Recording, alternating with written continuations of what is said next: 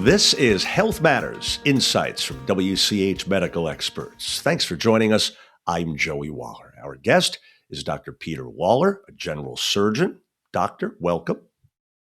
Thanks, Joey. Thanks for having me again. Good to see you. Yeah, same here. Great to have you aboard once again. So first, I guess it's kind of a mystery to many, right? So in a nutshell, what is the gallbladder and what does it do for us? So the gallbladder is a small little organ, part of the gastrointestinal tract. It sits right under your liver in the right upper quadrant. And what it does is it stores and concentrates bile. So your liver makes bile to help digest food when the time comes. And when you're not eating, the bile is stored in the gallbladder. So when you do eat, the gallbladder squeezes that bile out down a main duct into the intestines to help digest food. Gotcha. And so we hear about gallstones. What are they? So the recipe of the bile that is stored in the gallbladder is made of three main ingredients, and it's supposed to be a very watery, bilious fluid.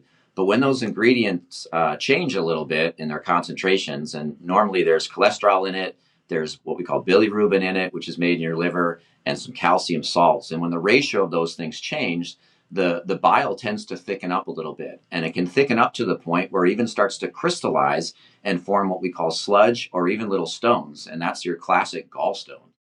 And so if you have them, how might someone know? So what actually happens is when you have these little stone or sludge in the gallbladder, and you have to remember that the gallbladder is this little bag, and there's one way in and one way out. So if that gallbladder squeezes and one of those little stones gets stuck in the outlet, you can start to have symptoms. So the classic symptom would be I ate something, usually maybe a fatty, greasy food, and sometimes 20 or 30 minutes later, I start having pain in my right upper quadrant. It's crampy in nature. It might radiate to my shoulder and back. It might make me a little nauseous, and it might last for minutes, maybe hours. And usually, it resolves in early cases. Well, you say early cases. If you have it and that happens, will it typically get progressively worse if it's not addressed? Yeah, that's what I'm describing is kind of the classic gallbladder attack. And certainly, although most people that have gallstones don't have any symptoms from them, when you start getting symptoms, it's more than likely that you're going to continue to get symptoms. And if you just get the occasional attack, after eating something maybe that wasn't the healthiest, that may not be a big deal. But if this keeps happening often, then that blockage of that gallbladder from these stones can get worse and worse to the point where the gallbladder can get infected. And when that happens, we call that cholecystitis. And when that attack happens, it does not get better and you feel even sicker. And at this point, oftentimes the patient will have to go to the emergency room because those symptoms are not getting better. And of course, the more infected or inflamed or irritated the gallbladder becomes, the harder it becomes to treat it, especially when it comes to surgery. Gotcha. And so when does, speaking of which, someone know if it's time to see a doctor? Where's that line, if you will? So if a patient is told on a routine X-ray or CAT scan, like, oh, by the way, you have gallstones and they're not having any GI symptoms, there is nothing to do about it but be aware.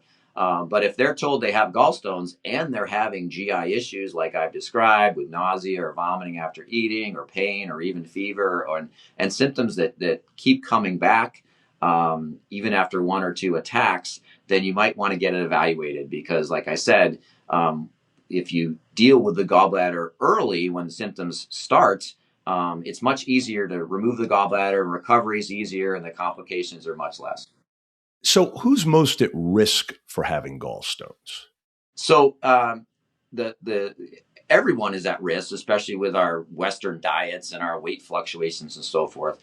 But patients that tend to be at higher risk are females of childbearing age because they have hormones that contribute to some of the discrepancies in the recipe of the bile, if you will.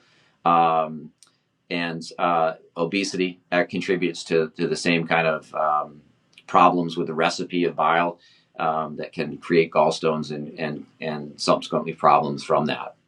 So I would imagine if a woman is, as you mentioned, of childbearing age and is either pregnant or trying to become, and all of a sudden gallstones are in the picture, that can be stressful to say the least. Yeah.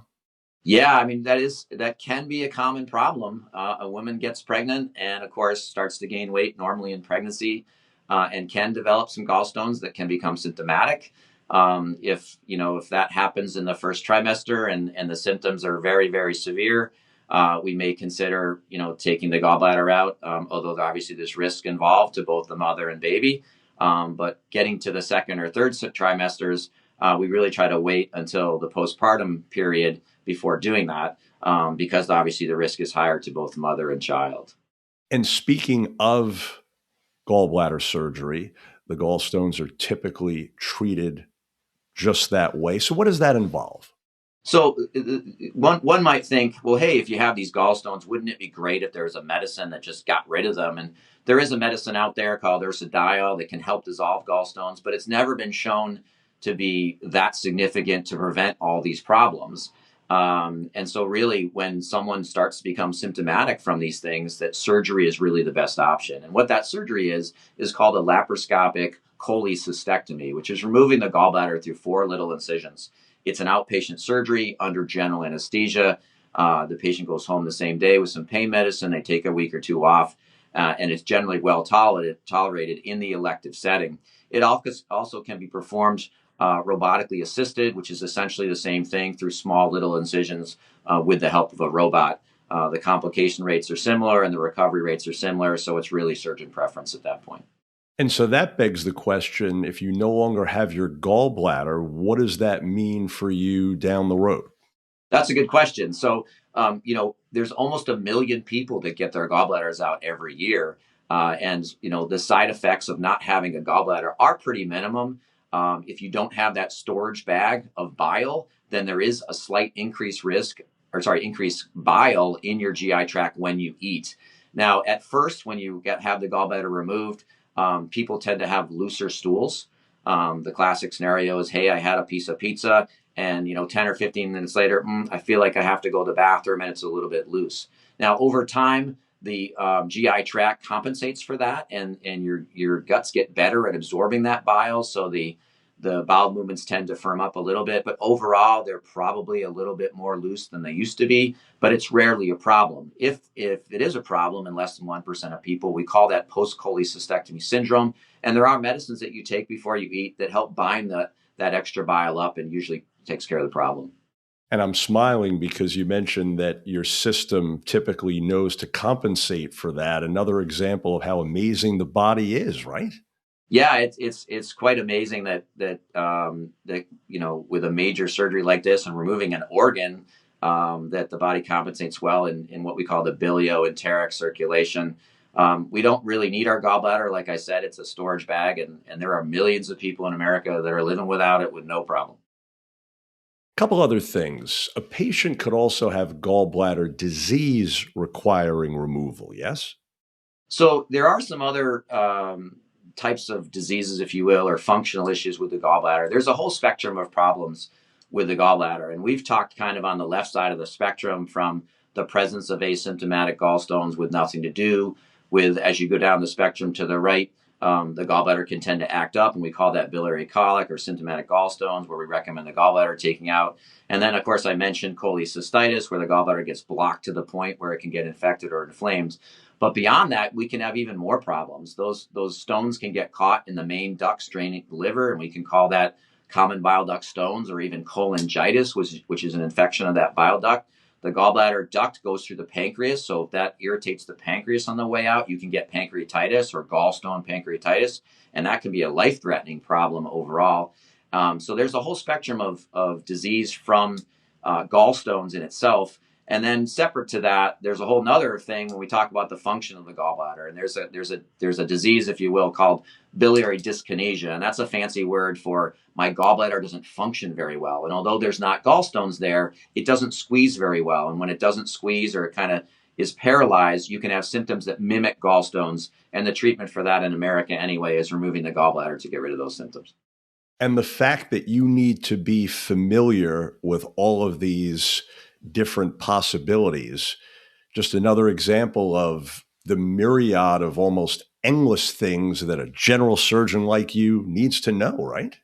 Yeah, I mean, like I said, it's such a common thing to have gallbladder problems.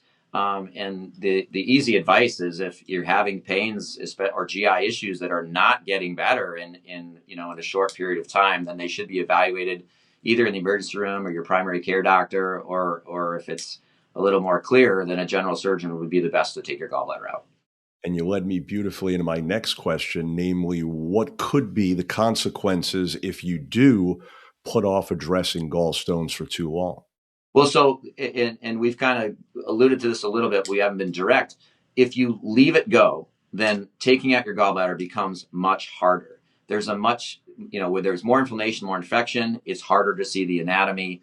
That means the surgery's longer, there's more complications.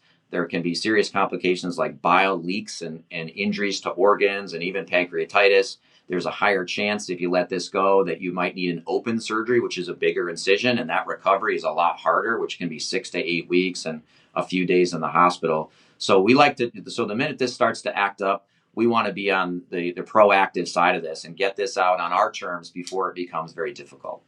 Absolutely. But for those that don't heed that warning, doctor, when are gallstones considered an emergency case?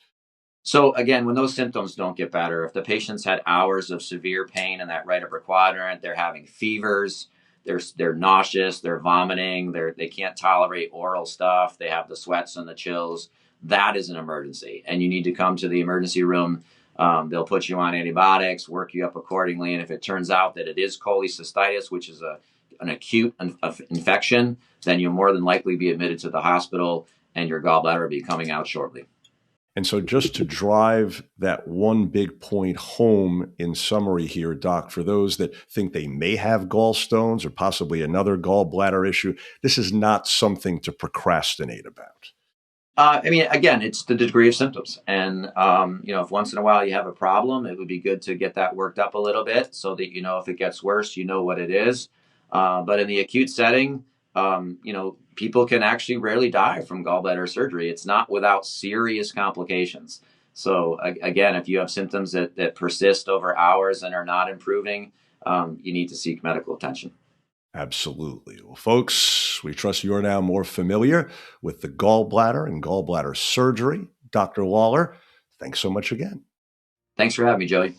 Absolutely. And to learn more about surgeries offered at Wood County Hospital, please visit woodcountyhospital.org and simply search surgery.